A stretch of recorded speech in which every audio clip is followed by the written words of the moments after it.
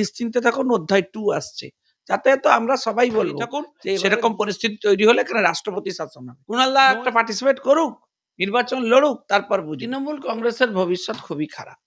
তৃণমূল কংগ্রেস আস্তে আস্তে ইতিহাসে পরিণত হওয়ার দিকে এগোচ্ছে। আমি তো একাধিক ছাত্র সংগঠনও নির্বাচন করেছি, কুণালদা সেটাও করেনি।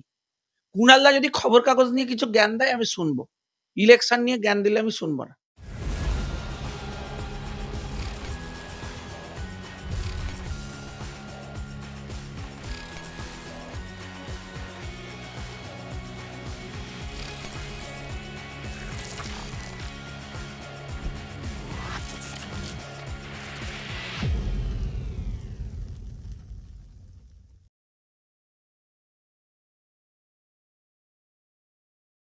তাজউদ্দিন মোল্লা অন্তত 5,000 লোক ঢুকিয়েছে, খবর নিয়ে দেখা যাবে। এই যে যত সমস্ত মিনাখা, হাড়োয়া এসব জোনে যত ঢুকে বসে আছে, সেগুলোর কাছ থেকে টাকা নিয়েছে, তারা প্রকাশ্যে বলবে এদের নাম। সেই জন্য তো এখন আতঙ্ক ধরে গেছে। এই তাজমোল্লা ফল্লাকে তুলে ভিতরে ঢুকিয়ে নির্বাচন করানো উচিত। এরাই তো দেশটা বেঁচে দিয়েছে, এরাই হচ্ছে সরাসরি ইনভলভ। এবং আমি আপনাকে বলছি, এই যে আজকে যতগুলো মৃত্যু হচ্ছে, সেই মৃত্যু যে তৃণমূল কংগ্রেস ড্যাং ড্যাং করে নেমে পড়েছে, একটাও অ্যাকচুয়ালি এনআরসি, এসআইআর এসবের জন্য হচ্ছে না। এমনি সব মরলেই এখন মোটামুটি যদি আপনি মরে যান কোনোভাবে, নিশ্চিন্তে থাকুন। আপনার যদি কাশতে কাশতে মরে যান, তবুও কাশির জন্য মৃত্যু লেখা যাবে না, লিখতে হবে এনআরসির জন্য। ডাক্তারকে হুমকি দিয়ে দিয়েছে সব তৃণমূল। অল আর ফ্রেমিং। আমার বক্তব্য হচ্ছে, এই ভয়ের জায়গাটা তৈরি করছে কারা? তৃণমূল কংগ্রেস। মৃত্যুর তো দুটো দিক। একটা দিক হচ্ছে মারা গেল কেন, যদি দেখতে যান তাহলে বলবো তৃণমূল কংগ্রেসের অপপ্রচার। গ্রেপ্তার করা উচিত তৃণমূল কংগ্রেসের নেতা নেত্রীদের, যারা সব করছেন, বলছেন, মিথ্যে কথা বলছেন। হচ্ছে এসআইআর, কানেক্ট করে দিয়েছে এনআরসি, শুধু মুসলিম ভোটকে টার্গেট করে, শুধুমাত্র মুসলিম ভোট পাওয়ার জন্য। যে এনআরসি হচ্ছেই না বলে দিচ্ছে এনআরসি হবে, কানেক্ট করিয়ে দিচ্ছে, দিয়ে সর্বনাশ করবার চেষ্টা। তো আমাদের বক্তব্য খুব স্পষ্ট, হয় এইটার দায় স্বীকার করুন, তৃণমূল কংগ্রেসকে গ্রেপ্তার করুন, আর তা না হলে এইসব অপপ্রচারে কান দেবেন না, এসআইআর এ পার্টিসিপেট করুন। এরা তো বলেছিল যে এসআইআর করতে দেবো না, বলেনি 21শে জুলাইয়ের মঞ্চে রাজ্যের মুখ্যমন্ত্রী? তারপর বুঝেছে যে এসআইআর হবে, মুখ পুড়বে, তখন বলেছে না না, একটাও ন্যায্য নাম কাটতে দেবো না। এখন বলছে আমরা অমুক করবো না, তমুক করবো। আমি আপনাকে একটা কথা বলছি, এখন তো সবে কলির সন্ধ্যা, এখন সবে অধ্যায় 1 চলছে। অধ্যায় 1-এ শুধু এসআইআর এসছে, তাতেই আপনারা লাফাচ্ছেন। এরপর 294টা কাউন্টিং যেভাবে আপনারা লুটেছেন, আপনারা নির্দিষ্ট করে যেসব অফিসার বসিয়েছেন, এখন অলরেডি প্ল্যান হয়ে গেছে তৃণমূলের কারা কারা কাউন্টিং এর অফিসার হবে। তারা সার্টিফিকেটে সই করবেন। তৃণমূল থেকে ফোন করলে সই হবে, না হলে সই হবে না, নাহলে কাউন্টিং আবার কাউন্টিং চলবে। আপনারা নিশ্চিন্তে থাকুন, অধ্যায় 2 আসছে, যাতে তো আমরা সবাই বলবো যে এবারে 294টা কাউন্টিং অফিসার অন্য স্টেট থেকে আনতে হবে। দাঁড়ান, খেলা তো সবে শুরু হয়েছে, এখনই উত্তেজিত হলে হবে? নির্বাচন কমিশন চুপ করে বসে নেই। ইলেকশন কমিশনার ভেরি স্পেসিফিক্যালি ইন্টারভিউতে বলেছেন যে একটা সাংবিধানিক পোস্টে থাকা লোককে সংবিধানে যে নিয়ম আছে, যে ফেরি আছে, সেই মতো করে অ্যাক্ট করতে হয়, এবং যদি তিনি না করেন, সংবিধানেই বলা আছে তার এগেইনস্টে কি ব্যবস্থা নিতে হবে, এবং সেক্ষেত্রে যদি রাজ্য সরকার কোঅপারেট না করে ব্যবস্থা হবে। তৃণমূল কি ভেবেছিল আমি দেরি করব, ইচ্ছে করে ডিলে করব, তাহলে নির্দিষ্ট টেনিওর বা টাইম পেরিয়ে চলে যাবে, বাধ্য হতে হবে যে এসআইআর ছাড়া ইলেকশন করানো। সেটা হবে না। আপনারা তৈরি থাকুন, সেরকম পরিস্থিতি তৈরি হলে এখানে রাষ্ট্রপতি শাসন হবে। No SIR, no vote.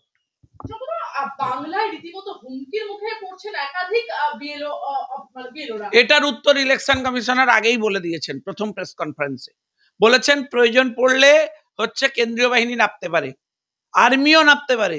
দেশের সুরক্ষা সার্বভৌমত্বের প্রশ্ন। আপনি যদি করতে না দেন, আপনার রাজ্য পুলিশ যদি কাজ না করে, অ্যাকশন হবে, সেন্ট্রাল লেভেলের কমিউনিকেশন আসবে, তখন সংবিধানে তার প্রভিশন আছে, ফলে চাপ নেবেন না। বিএলওদের পরিস্থিতিটা সম্পর্কে বিএলওদের ভয়ঙ্কর অবস্থা করেছে তৃণমূল, আর বিএলওর মধ্যে অর্ধেক বিএলও হচ্ছে তৃণমূলের মাল। তৃণমূল কংগ্রেসের কাছ থেকে নাম নিয়েছে সব বিডিও আর এসডিও, তাদেরকে বসিয়েছে হচ্ছে পোস্টে। তারা তৃণমূলের বাইরে কিছু করবে ভেবেছিল? তৃণমূলের পার্টি অফিস থেকে সব জমা দিব, আর তাদের হচ্ছে যা জমা দিবে তার উপরেই হবে না। আপনি BLO to DM to principal secretary set করতে পারেন, কিন্তু ইলেকশন কমিশন সেট করতে পারবেন না। আর বিএলএদের তো সেট করতে পারবেন না, যারা ভারতীয় জনতা পার্টির বিএলএ, তারা জান দিয়ে প্রাণ দিয়ে বেআইনি ভোটারকে আইডেন্টিফাই করবে। আমি আপনার কাছে একটা প্রশ্ন জানতে চাইছি যে রীতিমতো বারংবার আমরা দেখলাম যে বিএলওরা হুমকির মুখে পড়ছেন। এবারে একদম গিরীন্দ্রনাথ বর্মন একদম তৃণমূল নেতা, তিনি রীতিমতো বুথ লেভেল অফিসারদের হুমকি দিচ্ছেন। শুনুন, এই সব লাফালাফি প্রমাণ করছে যুদ্ধের আগে তৃণমূল হেরে গেছে। না হলে আপনি ভাবুন, তৃণমূল বলছে যে লোকটার 4টে আঙুল নেই সে নাকি সুইসাইড নোট লিখেছে। কেষ্ট আগের দিন বলল যে এসআইআর খুব ভালো ব্যাপার, দল থেকে ফোন গেছে, বলছে ননসেন্স, কি বলেছো কি তুমি? ব্যাস, এইবারও বলছে একটা ডেড বডি খোঁজো, ডেড বডি খোঁজো, ডেড বডি খোঁজো। একজনকে খুঁজে বার করেছে, 95 বছরের বৃদ্ধ, তিনি সুইসাইড করেছেন। তিনি নাকি একটা টুল খুঁজেছেন, তারপর উঠেছেন, দড়ি দিয়ে ঝুলে পড়েছেন। ভাবুন, ফ্রেমিং এর একটা সীমা থাকা উচিত। এবং তিনি এনআরসির জন্য সুইসাইড করেছেন। তার অবশ্য কোনো চিঠি হয়নি, তার হাতে 4টে আঙুল থাকা সত্ত্বেও তার কোনো চিঠি পাওয়া যায়নি, বুঝেছেন? তার বাড়ির লোককে দিয়ে বলাচ্ছে। এগুলো মানে হয়? এগুলো সবাই বোঝে। এইসব করতে গিয়ে আপনারা পুরো, আপনি কি ভাবেন যে ইলেকশন প্রসেসে ভোটার লিস্ট হচ্ছে স্যানিটাইজ হবে না? যে খুশি এসে ভূতরা এসে ভোট দিয়ে চলে যাবে? আপনার অসুবিধে কোথায় হচ্ছে তৃণমূল কংগ্রেসের বুঝতে হবে। 42 থেকে 45 লক্ষ ভোট ডিফারেন্সেস আছে বিজেপির সাথে, আর ভোট যা কাটা যাবে সেটা প্রায় 1.5 কোটির আশেপাশে। এখানে তো তৃণমূল হাওয়া হয়ে গেছে সরকার থেকে। আজকে 90টা সিট আমি লাস্ট লোকসভায় জিতেছি, বাকি এমন 80টা সিট আছে যেখানে আমি 1 থেকে 12,000-এ হেরেছি। তো সেই সিটে তো আর জিততে পারবে না তৃণমূল, শেষ। হোক আটটা তোমার ভালোবাসা। ফলে বুঝতে হবে ভয় কোথায়। তৃণমূলের ভয় ধরেছে, সেই কারণে এত চিৎকার চেঁচামেচি হচ্ছে। একটা প্রশ্ন তো করতেই হয় যে রীতিমতো আত্মহত্যায় প্ররোচনা দিয়েছেন কেউ, এই অভিযোগ। সেই প্ররোচনায় তৃণমূল কংগ্রেসের নেতাদের গ্রেপ্তার করা উচিত। যারা এনআরসি বলে চিৎকার করেছে, যারা বলেছে এদেরকে দেশের বাইরে বের করে দেবো, সেই কটাকে আগে খুঁজে বার করে অ্যারেস্ট করা উচিত, এই কেসে ট্যাগ করা উচিত। তারাই দায়ী, তারাই রেসপন্সিবল। রাজ্যের সরাসরি এই বক্তব্য আমরা রাজ্যের সর্বোচ্চ স্তর থেকে শুনেছি, তিনি রেসপন্সিবল, তার এগেইনস্টে প্রসিডিংস করা উচিত। আর একটা জিনিস আমি স্পষ্টভাবে বলতে চাই যে কোনো হিন্দুর ভয় নেই দেশ থেকে বিতাড়িত হওয়ার, কারণ হিন্দুরা ধর্মের কারণে বিতাড়িত হয়েই দেশ ছেড়ে এই দেশে এসেছেন। তখন এই দেশে তাদের হচ্ছে নাগরিকত্ব দেওয়া আমাদের নৈতিক দায়িত্বের মধ্যে ছিল, তাইনি? সে আমি কংগ্রেসের ব্যাপারে সমালোচনা করতে চাই না এখন, কিন্তু তারা তো পায়নি। আমাদের সিএ এসছে, নাগরিকত্ব নিয়ে নেবেন, থাকবেন, কি অসুবিধে? কোনো হিন্দুর কোনো ভয় নেই। ভয় যাদের, তারা আতঙ্কিত হচ্ছে। আর আমরা কি নতুন কিছু বলছি নাকি? মমতা ব্যানার্জি যা বলেছে 2011-এর আগে তাই বলছি। মমতা ব্যানার্জি যা করেছে, ও লোকসভাতে গিয়ে কাগজ ছুড়ে মেরেছে, সেটার আমরা ইমপ্লিমেন্টেশন চাইছি। কি ভুল করছি? 2011-এর আগে স্ট্র্যাটেজি মমতা ব্যানার্জি প্রথম চেয়েছিলেন। 13 বছর ক্ষমতায় থাকার পর এখনো পর্যন্ত সেই সংখ্যাটা বেড়ে গেল, কমলো না। এটা গভর্নমেন্ট চলছে, অনুপ্রবেশকারীদের মাসিয়া হয়ে বসে আছেন এখানে পশ্চিমবাংলায়। আপনি ভাবুন, সইফ আলী খানের বাড়িতে অ্যাকশন হচ্ছে, আর সেই মালের কানেকশন পাওয়া যাচ্ছে ওয়েস্ট বেঙ্গল টু বাংলাদেশ। তারপরে বলবেন যে বাংলা থেকে সাপ্লাই হচ্ছে না এই সমস্ত মেটেরিয়াল। আমি একটা কথা, তিনটে দিক বলছি। একদিকে দেখা যাচ্ছে যে প্রদীপ করের ভাইয়ের স্ত্রী, তিনি থানায় অভিযোগ দায়ের করছেন যে কেউ প্ররোচনা দিয়েছে। অন্যদিকে অভিষেক বন্দ্যোপাধ্যায় তিনি বলছেন যে একটা রাজনৈতিক দল হলো আপনাদের উদ্দেশ্য করে, যে একটা রাজনৈতিক দল এত নিচে নেমে যেতে পারে, এটা তিনি বলছেন। অন্যদিকে আমরা দেখছি যে সুইসাইড নোটে অক্ষর বিকৃতির অভিযোগ করছে বিজেপি। না, তিনি বলেছেন যে গাছে বেঁধে রাখার কথা।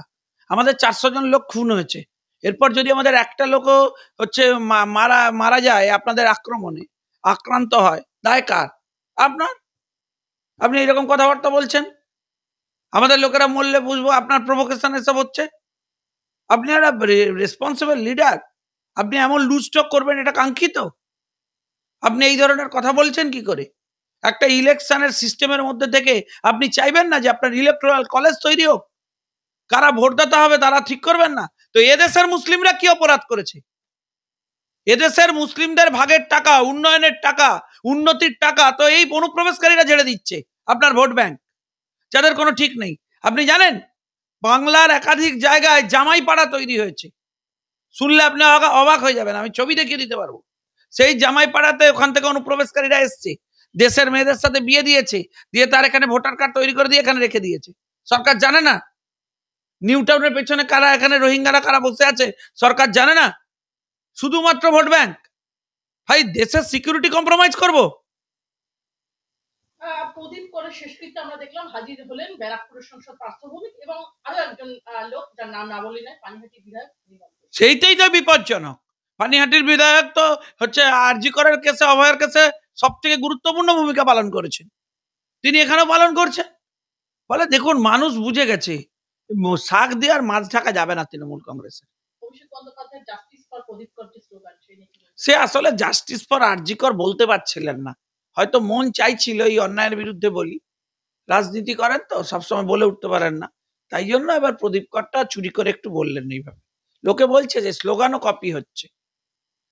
একদিকে অভিষেক বন্দ্যোপাধ্যায় বলছেন যে বিজেপি নেতারা এলে তাদেরকে গাছে বেঁধে রাখা নিদান দিচ্ছে, অন্যদিকে তিনি বলছেন যে কারো গায়ে হাত তুলবে না। এই যে উস্কানিমূলক একজন একটা মন্তব্য একজন রাজনৈতিক জনপ্রতিনিধির কাছ থেকে, কি বলবেন? না না, আপনারা তো বিশ্লেষণটা ভুল করছেন।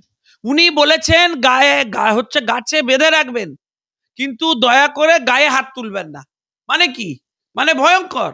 গাছে বেঁধে রাখবেন, জল খেতে দেবেন না, খাবার খেতে দেবেন না, লোকটা মরে যাবে। আপনি ভাবুন, হিংস্রতার লেভেলটা ভাবুন।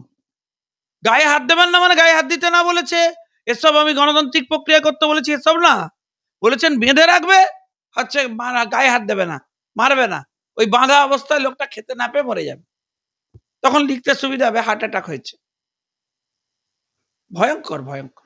বিজেপিকে পঞ্চাশে নামাবো, ক্ষমতা থাকলে চ্যালেঞ্জ গ্রহণ করুন বলছেন অভিষেক বন্দ্যোপাধ্যায়। তার অনেক চ্যালেঞ্জ গ্রহণ করেছি, বহুবার তিনি বলেছিলেন ধর্মতলায় তার ফেয়ারওয়েলের আমরা ব্যবস্থা করেছিলাম, তিনি বলেছিলেন পলিটিক্সে থাকবেন না। আমরা মিষ্টি পর্যন্ত কিনে নিয়েছিলাম, পরে সেই মিষ্টি আমাদের খেতে হয়েছে, উনি এলেন না। উনি এর আগে কতবার কত ডায়লগ দিলেন, একটাও পারফর্ম হলো না। কি করবেন আসলে উনি? দেখুন উনি, এটা তো ঠিক যে উনি পশ্চিম বাংলায় রাজনীতি করতে করতে, যদিও 2011 পরে করছেন, এইটা করতে করতে কিন্তু তিনি পলিটিক্যালি একটু স্ট্রং হয়েছেন এবং রাজনীতিটা বুঝতে শুরু করেছেন। কোটি কোটি টাকার তার এজেন্সি আছে, তার অ্যাডভাইসাররা তাকে বুদ্ধি দিচ্ছে, তারা স্পষ্টভাবে তাকে বুঝিয়েছে যে এসআইআরটা হয়ে গেলে, ভুতুড়ে ভোটার সব বাদ গেলে আপনি ক্ষমতায় আসবেন না কোনোভাবে, আপনার দল ক্ষমতায় আসবে না। সেইটা বুঝে গেছেন বলেই চিরবিরিয়ে উঠেছে, অভিষেক বন্দ্যোপাধ্যায় পেশেন্স লুজ করছেন। আপনাদের উদ্দেশ্যে বলছেন যে আপনাদের ক্ষমতা থাকলে আপনারা সে শুনুন, আমাদের যা খুশি বলুন, আমার কোনো আপত্তি নেই। দয়া করে ইলেকশন কমিশনারকে বাপ্পাপান্ত করবেন না, তার মেয়ে, তার জামাই, তার পরিবারের লোককে ধরে টানাটানি করবেন না, এটা ভালো বার্তা যায় না। আপনি তো বাংলার নেতা, আপনাকে তো 5টা 10টা লোক হলেও আপনাকে চেনে, আপনার তো পরিবারের একটা ব্যাকগ্রাউন্ড আছে, আপনার পিসি মুখ্যমন্ত্রী। আপনি যদি একজন কেন্দ্রীয় আধিকারিককে এভাবে বাপ্পাপান্ত করেন, লোক কি ভালোভাবে নিবে? বাংলা সম্পর্কে খারাপ ধারণা হয়ে যাবে আইএস আইপিএস এইসব করছেন। অভিষেক বন্দ্যোপাধ্যায় বলছেন যে এসআইআর লাগু হলেও 2021 সালে তাদের যে আসন সংখ্যা ছিল তার থেকে একটা হলেও আসন সংখ্যা বাড়বে, অন্যদিকে কুণাল ঘোষ 250টা আসন। কুণাল ঘোষ ইলেকশনে কিছু বোঝে না। কুণালদা ইলেকশন লড়েছে কবে? একটা নির্বাচন বলুন যেটা কুণালদা নিজে করেছে। আমি তো একাধিক ছাত্র সংগঠনের নির্বাচন করেছি, কুণালদা সেটাও করেনি। কুণালদা যদি খবর কাগজ নিয়ে কিছু জ্ঞান দেয় আমি শুনবো, ইলেকশন নিয়ে জ্ঞান দিলে আমি শুনবো না। কুণালদা তাত্ত্বিক আলোচনা করবে, এইসব খবর কাগজে আংবাং বলবে, 4টে প্রেস কনফারেন্স করবে, 2টা আইএএস আইপিএস তার আছে, ডিএম এসপি, তারা কোন লিস্ট উঠেছে কোন লিস্ট উঠেনি সব দেবে, সে মেলাইন করবার জন্য ইলেকশন কমিশনকে 4টা প্রেস কনফারেন্স করবে, এসব ঠিক আছে। নির্বাচন নিয়ে বলবে আর সেটা আমাকে শুনতে হবে, এটা কোনো মানে হয় না। কুণালদা ইলেকশন বোঝে না, ওই রিপোর্টাররা খবর এনে দেয়, ওটা লেখে, এই তো। এডিটর কি করবে? এডিটর কি নিজে পার্টিসিপেট করে ইলেকশনে? কুণালদা একটা পার্টিসিপেট করুক, নির্বাচন লড়ুক, তারপর বুঝবো। অভিষেক বন্দ্যোপাধ্যায় বলছেন যে এসআইআর এনআরসির নাম করে এরা একটা নামও বাদ দিলে 1 লক্ষ লোক নিয়ে গিয়ে দিল্লিতে ঘেরাও করবো, কত ধানে কত চাল এবার বোঝাবো। একবার বাবা দিল্লি যাবেন বলেছিলেন, পুলিশ এমন তাড়িয়েছিল, সে কি কাণ্ড, কান্না কাটি, টিভিতে হাপর হাঁটি ছবি, সে ভয়ঙ্কর অবস্থা। কোনো দরকার নেই, আপনি ঘরের ছেলে, বাংলাতেই এসব বলছেন টলছেন, হই হল্লা করছেন, এখানে থাকুন। দিল্লি ফিল্লি যাওয়ার এসব বলছেন যাবেন না। সেখানকার পুলিশ তো আর এখানকার পুলিশ না যে আপনি যা বলবেন তাই শুনবে। সেখানকার পুলিশ অ্যাক্ট করে দিবে, এক বিপদ হবে, দরকার নেই। সুস্থ শরীর ব্যস্ত করে লাভ নেই। যদি সিএ শিবির আয়োজন করা হয়, আমরা বিজেপি এবং নির্বাচন কমিশনের পা ভেঙে দিতেও পিছপা হবো না, একদম। শুনুন, এত গুন্ডামো করবেন না, গুন্ডা হিসেবে ব্র্যান্ড তৈরি হয়ে যাবে। তাহলে এত কোটি টাকা খরচা করে আপনার যে পজিটিভ ব্র্যান্ড তৈরি হচ্ছে সেগুলো নষ্ট হবে। করবেন না। কিছু লোক হলেও তো পরিবারের লোক আপনাকে ভালোবাসে। তারা আপনাকে মিষ্টি ছেলে হিসেবে দেখতে চায়। আপনি এরকম দুষ্টুমি করবেন না। আপনার ব্র্যান্ড খারাপ হয়ে যাবে। তারপরে দেখুন আগামী দিনে পরিবার পরিজন রয়েছে, ছোটরা বড় হচ্ছে। তারাও তো দেখতে চায় আপনাকে একটা নেতা হিসেবে। গুন্ডার মতো অ্যাপ্রোচ করলে লোকে কি বলবে? ছি, ছি এসব করবেন না। শেষ প্রশ্ন আমার সবশেষে যদি সত্যি মানে এসআইআর এর এই যে নির্ভরতা প্রকাশনা সমস্ত পদ্ধতিগুলো যেভাবে শুরু হয়েছে, যদি সত্যি পদ্ধতি এভাবেই যায় তাহলে ২৬ এ রাজ্যে বর্তমান শাসক দল তৃণমূল কংগ্রেসের ভবিষ্যৎ কি হতে চলেছে? তৃণমূল কংগ্রেসের ভবিষ্যৎ খুবই খারাপ। তৃণমূল কংগ্রেস আস্তে, আস্তে ইতিহাসে পরিণত হওয়ার দিকে এগোচ্ছে। অনেক ধন্যবাদ সত্যদা আপনাকে আমাদের সঙ্গে থাকার জন্য।